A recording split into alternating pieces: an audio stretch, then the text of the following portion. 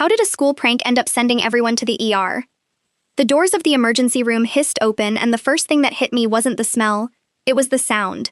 A wall of coughing and crying, and a nurse shouting a room number over the intercom like she was calling out coordinates in a war.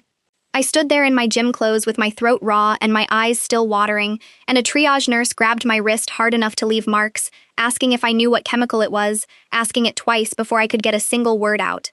Behind her, through a gap in the curtain, I saw a boy on a gurney with a mask strapped over his face and a monitor screaming a number that kept dropping instead of rising. I didn't know his name yet. I would know it for the rest of my life within the hour. 6 days earlier, none of this had a shape. It was just a video, a stupid, glowing 2.1 million view video, and a boy in my chemistry class who wanted, more than anything else in the world, to be somebody people remembered. Callum Ashby had been chasing a legend since freshman year, though back then it looked harmless. The time he climbed onto the gym roof to hang a bedsheet banner, the time he convinced half the sophomore class to show up in matching neon shirts for a flash mob nobody asked for. He was funny and reckless in a way that made teachers sigh instead of write him up. And I'd been friends with him long enough to know the difference between Callum being ridiculous and Callum being dangerous. Except I didn't. Not really. Not until it was too late to matter. He found the video on a Sunday night in March, a channel called Ratio Chaos run by a kid 3 states away named Cody Reinholt, showing a cloud of pale gas rolling out of a single bathroom stall, while students shrieked and filmed themselves gagging. The caption said harmless prank, unforgettable reaction, and the comment section was a battlefield of people begging him to do it bigger, and a much smaller, much quieter group of people typing things like this, could actually kill someone, please don't try this indoors. Callum showed the video to me and Preston Vale at lunch on a Wednesday, angling his phone so we could both see the numbers ticking up in real time under the video, view count climbing while we watched, like it was breathing. Preston's family owned a pool supply store on the east side of town, and within about 90 seconds Callum had turned to him and said the words that I've replayed 1,000 times since. You've got the good stuff at your place, right? The real chlorine shock, not the diluted junk. Preston laughed and said his dad kept pallets of it in the back room, expired stock they couldn't legally sell anymore because of some recall notice that had come through the previous winter. Boxes they were supposed to have shipped back to the distributor months ago and just hadn't gotten around to. I remember that detail landing wrong in my stomach even then, the word recall sitting there unexamined, because I didn't understand yet that it would turn out to be the whole reason 3 ambulances weren't enough. I want to be honest about the version of myself that existed that week, because it's easy now to pretend I saw everything coming. I didn't say stop.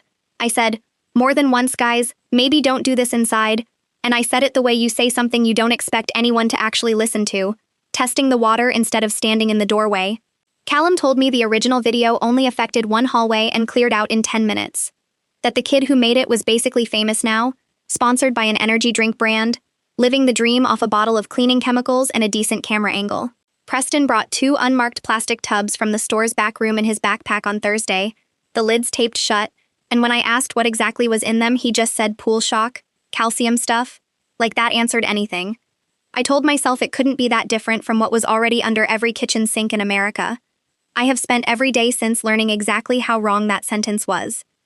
They mixed it Thursday evening in Preston's garage, after his parents left for a dinner shift at the restaurant they also owned, combining the expired shock with a jug of ammonia-based glass cleaner Callum swiped from his own hall closet, following measurements copied loosely off Cody Reinholt's video description. Preston texted the group chat a photo of yellowish fumes curling up out of a mason jar with the caption, "Smells like the apocalypse, LOL," and I stared at that photo for a long time before setting my phone face down on my nightstand, telling myself it was a private garage experiment, not something that was actually going anywhere near a building full of people. That was the last small lie I told myself before the big one stopped being possible. Friday morning, Callum walked into first period with a sealed 2-liter soda bottle wrapped in a plastic grocery bag inside his backpack, and when he caught my eye across the room, he didn't even bother hiding his grin, just mouthed the word today. By 9:40 that morning, the bottle was sitting inside the return air vent above the east hallway, wedged behind a grate Callum had loosened weeks earlier under the pretense of a robotics club project that never actually existed. And by 9:52, the fire alarm was already screaming through Bellwether High. I was in second period biology when Principal Adeze Kanu's voice cracked over the intercom, thinner than I'd ever heard it, ordering an immediate, full evacuation, and something about the phrase, "this is not a drill," made 200 teenagers who'd rolled their eyes through a fire drill 3 weeks earlier move like the building was actually on fire. Outside on the football field, kids were laughing and filming at first, the way you do when you don't yet understand what's happening. Phones up, somebody's speaker playing music from a backpack. Then someone near the east doors started screaming that a girl had collapsed, and the laughing stopped all at once, like a switch. I found Preston near the bleachers with his face gone the color of wet paper, his phone pressed so hard against his ear that his knuckles had gone white, trying to reach Callum and getting nothing but silence. He grabbed my sleeve and told me, in a voice I didn't recognize as his, that it wasn't supposed to be like this, that the video only showed one hallway, that maybe 5 people cried a little and ran outside laughing about it after. I asked him where Callum was and he didn't know, and that not knowing sat in my chest like a stone for the 11 minutes it took the first ambulance to come screaming up over the curb and onto the grass, followed by a second, then a third, then so many that the fire department eventually had to redirect traffic 2 streets over. Kids were being carried out on stretchers from the east entrance, some conscious and coughing, some not moving at all, and a teacher I didn't recognize was on her knees in the grass doing compressions on a boy whose sneakers I recognized from swim team before I recognized his face. That boy was Elias Thorne, 17 years old, captain of the varsity swim team, halfway through a scholarship recruitment letter from a university 2 states away, and he had been standing at his locker directly beneath the vent when the bottle finally split open under pressure and released a gas that didn't behave anything like the thin yellow smoke in Cody Reinholdt's video. Chlorine gas, we would later learn, doesn't announce itself the way people expect. It doesn't smell for very long before it starts shutting down the part of your body that would otherwise warn you something is wrong, and in a sealed hallway with the ventilation actively pulling it toward the lockers where students clustered between classes, it built to a concentration that put Elias into cardiac arrest before the second ambulance had even cleared the parking lot. I didn't know any of that yet, standing on the field with Preston's hand shaking against my arm. I only knew that a teacher was crying while she counted compressions out loud, and that somewhere inside that building was Callum, and that whatever he'd built to make himself a legend had already stopped being a story anyone would want to tell. Principal Kanu came out through the east doors 20 minutes later with a megaphone and a face that had aged a decade since homeroom, telling us the building was being evacuated due to a hazardous materials incident, and that anyone experiencing dizziness, coughing, or burning in their eyes needed to report to the triage tents fire crews were setting up on the grass. Men in yellow hazmat suits went in as students kept coming out, some walking, some being carried. One girl from my art class vomiting into a trash can a firefighter had handed her without a word. My phone buzzed itself raw with texts from my mother, Denise, who worked 12 minutes away and had already left her desk the moment the local news alert hit her phone, and from my father, Warren, who kept sending the same 3 words, "Where are you?" until I finally managed to type back that I was fine, technically true and somehow the least honest sentence I'd ever sent. I still hadn't found Callum. Preston had gone quiet beside me in a way that felt worse than crying. By the time the last ambulance pulled away at 11:40, the number being repeated among students on the field had climbed to 31 confirmed exposures, with 4 listed in critical condition, and Elias Thorne's name wasn't public yet, but everyone on the swim team already knew, passing it in whispers that traveled faster than any official announcement. I finally spotted Callum sitting alone against the equipment shed at the far edge of the field, knees pulled to his chest, staring at nothing. When I crouched in front of him and asked what happened, his voice came out flat and strange, insisting he'd measured everything exactly the way the video showed, that he didn't understand why it had gone so much worse than it was supposed to. He kept saying the words 2.1 million views like they were a safety certification, like popularity had ever once meant anything was survivable. A police officer found us there 4 minutes later and asked, without raising his voice, which of us was Callum Ashby. They didn't arrest him on the field. They took him and his parents in for questioning that same afternoon, and by evening the story had already jumped from the local news to statewide coverage, an anchor reading out a number that had grown again. 38 exposed, 6 critical, 1 in a medically induced coma. My mother sat across from me at the kitchen table that night with her hands flat against the wood like she was bracing for an earthquake, asking me directly whether I'd known what Callum and Preston were planning before it happened, and I told her the truth because there wasn't any version of a lie that would have survived the coming weeks intact. Yes, I'd known. Yes, I'd seen the photo of the mason jar. No, I hadn't told anyone who could have stopped it. She didn't yell. She just closed her eyes for a long moment and said the sentence that would follow me into every therapy appointment for the next year. Knowing and doing nothing isn't the same as not knowing, Naomi, and you're old enough to understand that difference now. Wednesday night, 1 week after the mixing, Detective Farah Doyle and her partner, Detective Owen Blackwood, showed up at our front door with a folder thick enough that my father visibly flinched at the sight of it. Detective Doyle laid printed screenshots of our group chat across the kitchen table. individual messages highlighted in yellow, and asked me to explain, line by line, what I'd meant when I'd written, "Maybe don't do this," inside 3 days before the vent grate came loose. I told her the truth, that I'd meant exactly what it looked like I meant, that I'd raised a concern and then let it evaporate because I didn't want to be the friend who ruined the joke. She didn't react the way I expected. She just nodded slowly and asked whether I'd known Preston's family store had chemicals under an active federal recall, and the question sat there in the kitchen light like something I'd swallowed wrong.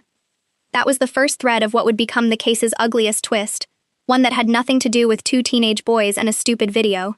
Detective Blackwood, working with a forensic chemist named Dr. Felix Amaro from the State Crime Lab, traced the calcium hypochlorite in the mason jar back to a specific lot number that had been recalled the previous winter after the manufacturer discovered a packaging defect causing the compound to destabilize into a far more concentrated, far more reactive form than what the label claimed. Preston's family's store had received the recall notice by certified mail in January, signed for it, and kept the affected pallets in their back room instead of shipping them back for the promised refund, gambling that no inspector would ever check lot numbers on stock that wasn't even supposed to be for sale anymore. Cody Reinholdt's original video, it turned out, really had used a comparatively mild, properly labeled product, which was the only reason his prank had cleared a single hallway instead of putting a 17-year-old into cardiac arrest. Callum hadn't recreated a survivable stunt. He'd recreated it with a compound roughly 4 times more reactive than anyone involved understood. Sourced from a business that had known for months it was sitting on something dangerous and said nothing. That revelation didn't erase what Callum and Preston had done. It complicated it in a way none of us were prepared for, because suddenly there were 2 separate stories tangled inside one tragedy. A teenager who'd wanted to be famous badly enough to ignore every warning in a comment section, and a family business that had quietly kept selling, storing, and eventually allowing access to a chemical they'd been legally ordered to destroy. Assistant District Attorney Noel Ferraro, who caught the case out of the county prosecutor's office, told my family in a preliminary meeting that this second thread didn't make Callum less responsible for planting the bottle, but it meant the state was now building 2 prosecutions instead of 1, and that my testimony would matter to both. I remember the particular kind of dread that came with hearing that, understanding that whatever I said in that room wasn't just going to shape what happened to my friend, it was going to shape what happened to a family whose store I'd been inside 100 times buying pool noodles as a kid. The school district tried, in its own bloodless way, to manage the fallout before it could manage us. Todd Bergstrom, the district's risk manager, called my parents in for a meeting 11 days after the incident, sliding a folder across a conference table that offered a modest counseling stipend and a media guidance agreement, language that amounted to a request that our family not speak publicly about what I'd known and when, framed as protecting my privacy as a minor. My father read 2 pages of it before pushing it back across the table and asking, in a voice I'd never heard him use before, whether the district was more concerned about the 6 kids still in the hospital or about the lawsuit everyone in that room already knew was coming. Bergstrom didn't answer directly. He just said the district appreciated our cooperation and hoped we'd consider the offer, and my mother stood up without saying goodbye, which told me everything about how that meeting was going to be remembered in our house. It got worse before it got anywhere close to better, the way these things always seem to. Elias Thorne's parents, Ingrid and Bjorn, gave their first press interview from a hospital waiting room 9 days after the incident, Ingrid's mascara long since given up on staying in place, describing a son who'd been counting down to a scholarship signing ceremony and was now on a ventilator with lungs the pulmonologist described as chemically scarred beyond any timeline for full recovery. A local news segment tracked down Cody Reinholdt, who'd already deleted his channel but not before someone had archived and reposted his original video across a dozen platforms, and when a reporter asked whether he felt any responsibility, he gave an answer so hollow, "I never told anyone to use the real stuff," that the clip got clipped again, captioned with his own words, and followed him into a level of infamy he clearly hadn't budgeted for when he chased 2 million views. My own name hadn't leaked publicly yet, and some small, cowardly part of me was grateful for that, right up until the morning it stopped being true. Someone at school, I never learned who, forwarded a screenshot of my name from the group chat evidence to a rumor account with 11,000 followers, and by lunch the comments under my own dormant social media had filled with strangers calling me an accessory, a coward, worse. A car I didn't recognize sat parked across from our house for close to 40 minutes on a Sunday evening with its headlights off, pulling away the second my father stepped onto the porch to look at it, and neither he nor I ever found out whose it was or what it wanted. A detail Detective Doyle logged without being able to attach a name to it. An anonymous account replied to one of my old posts with a single line. "You should have kept your mouth shut the first time too." 3 days before I was scheduled to give my grand jury testimony, and Detective Blackwood told us plainly that they didn't have the resources to trace burner accounts unless the messages escalated into something explicitly threatening. I lived for weeks with the low, constant hum of not knowing whether that was a stranger being cruel online or something closer, and that hum never fully resolved. Not then and not since. There were small mercies threaded through those weeks, brief enough that I sometimes wonder if I invented them to survive. Zuri Campbell, a girl from my art class I'd never been especially close to, started sitting with me at lunch after half my usual table stopped, telling me flatly that she'd read the actual transcripts the school paper had gotten hold of, and didn't think one hesitant text message made me responsible for a chemistry experiment I hadn't touched. My mother found a private tutor so I could finish the semester without walking back through Bellwether's front doors, and for exactly 4 days that felt like something close to relief. Right up until the district released Elias Thorne's updated prognosis, and the word chance in front of full recovery reappeared in every local headline, and the relief curdled back into the particular guilt of getting to sit safely at a kitchen table while he couldn't yet breathe without a machine doing it for him. Preston took a plea agreement in juvenile court in early May, pleading guilty to reckless endangerment in exchange for the state not pursuing the more serious charge tied to his family's recalled chemical stock, a deal his own lawyer had fought hard for and that came with 3 years of probation, 600 hours of community service, and a lifetime ban from ever working at the family store again, a condition the judge added almost as an afterthought that somehow felt like the cruelest line in the whole ruling. His father, meanwhile, was separately charged as an adult for violating the terms of the federal recall, a case ADA Ferraro's office pursued with the kind of grim satisfaction I understood only much later, once I'd learned how rarely businesses like that ever actually face consequences for the small, quiet decisions that cost strangers their lungs.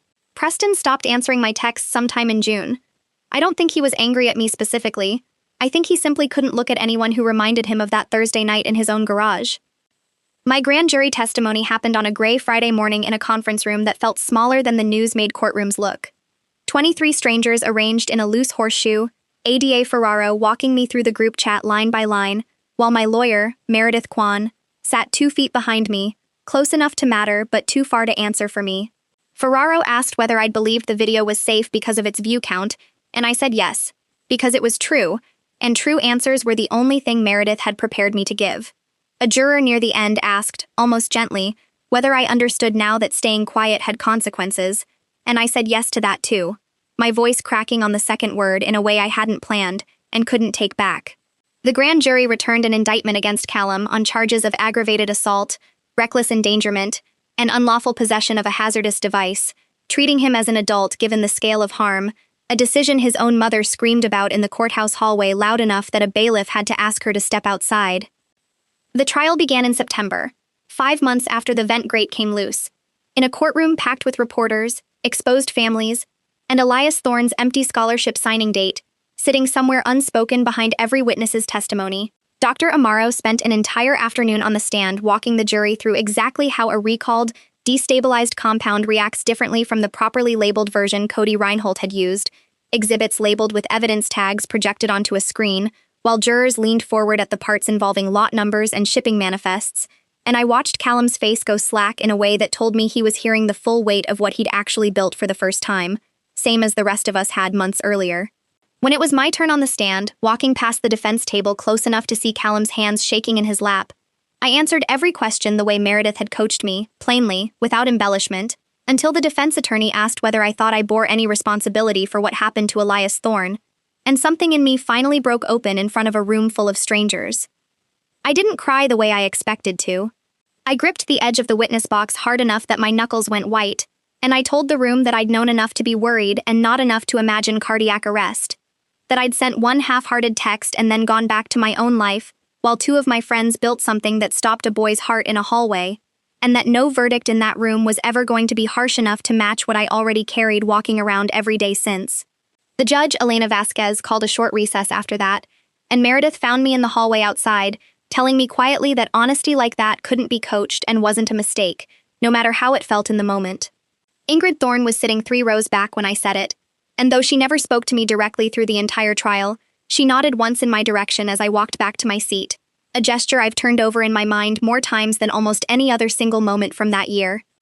The jury deliberated for 4 days before returning guilty verdicts on every count against Callum, and Judge Vasquez, citing both the scale of harm and what she called a documented, weeks-long pattern of ignoring explicit warnings, sentenced him to 16 years with the possibility of parole after 11, a number that landed in that courtroom like a physical blow, his mother collapsing against the gallery railing while bailiffs moved him toward a side door in handcuffs he stared at like they belonged to someone else. Reporter Wesley Odom, who'd covered the case from the first week for the regional paper, published a follow-up piece 2 months later documenting the separate settlement Preston's family reached with 11 of the affected families, an amount neither side would confirm publicly, alongside new state legislation nicknamed, unofficially, after Elias Thorne, requiring pool and chemical retailers to destroy recalled hazardous stock within 30 days under threat of criminal, not just civil liability. It was the first time in the entire ordeal that something coming out of a courtroom actually felt like it might prevent this exact nightmare from happening to some other hallway, some other family, some other 17-year-old at his locker between classes. Elias Thorne woke from his coma in late June, 5 weeks after the incident, and the story that reached the news made it sound almost like a miracle. Footage of his parents crying with relief outside the hospital, a headline calling it a full recovery that turned out to be nowhere near the whole truth. His lung capacity, according to the single follow-up interview his family agreed to nearly a year later, had stabilized at roughly 60% of where it had been before. Enough to walk, to laugh, to sit through a full day of classes at the community college he eventually enrolled in. Never enough to swim competitively again. The scholarship letter that had once sat framed on his desk quiet-boxed away sometime before that first anniversary. I wrote him a letter that spring, apologizing without asking for anything back, and I never received a reply, which I've come to understand wasn't cruelty, just a boundary I had no right to expect him to cross for my sake.